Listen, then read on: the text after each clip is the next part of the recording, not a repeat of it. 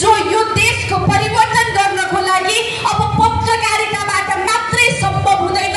मूलधारको राजनीतिमा आएर म राजनीतिमा भएको फोहोर सफा गर्छु भनेर यहाँ आउनु भएको व्यक्तिलाई आज राज्यले प्रतिशोध साँधेर यो किसिमको व्यवहार गरिरहेको छ कि यो परिस्थितिमा सम्पूर्ण राष्ट्रिय स्वतन्त्र पार्टी पिल्सिरहेको छ, गुल्सिरहेको छ र त्यसको पीडा देशमा मात्रै नभएर विदेशमा पनि रहनुभएका, नेपालका हर कुनामा रहनुभएका, विश्वका हरेक कुनामा रहनुभएका हरेक नेपालीलाई आज दुखेको छ। त्यो पीडा तपाईहरुलाई दुखेको छ, त्यो पीडा सम्पूर्ण नेपालीहरुलाई दुखेको अवस्था छ।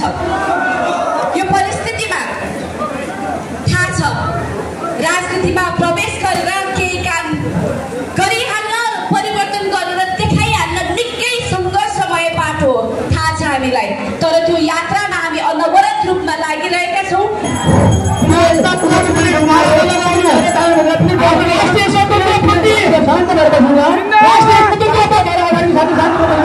स्वतन्त्र पार्टी 84 मा के आउँछ? 84 मा को आउँछ? 84 मा को आउँछ? 84 मा को आउँछ? राष्ट्रिय स्वतन्त्र पार्टी जिन्दाबाद! राष्ट्रिय स्वतन्त्र पार्टी जिन्दाबाद! म सबैको प्लिज सबैको प्लिज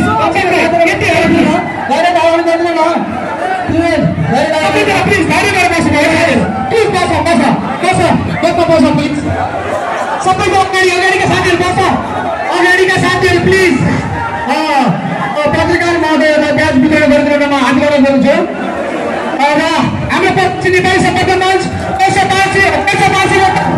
राशिद बसाएको भने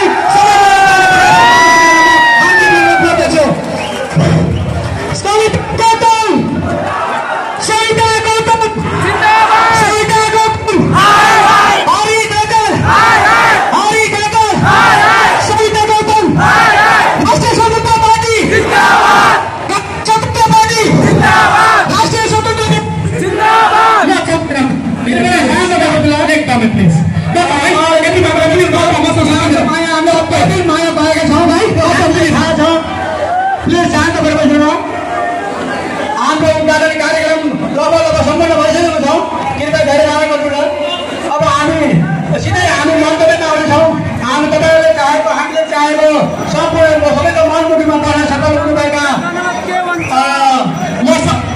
राष्ट्रिय स्वतन्त्र पार्टीका केन्द्रीय सदस्य, हाम्रो जनप्रतिनिधि सभा सदस्य श्री हरि ढकालजीलाई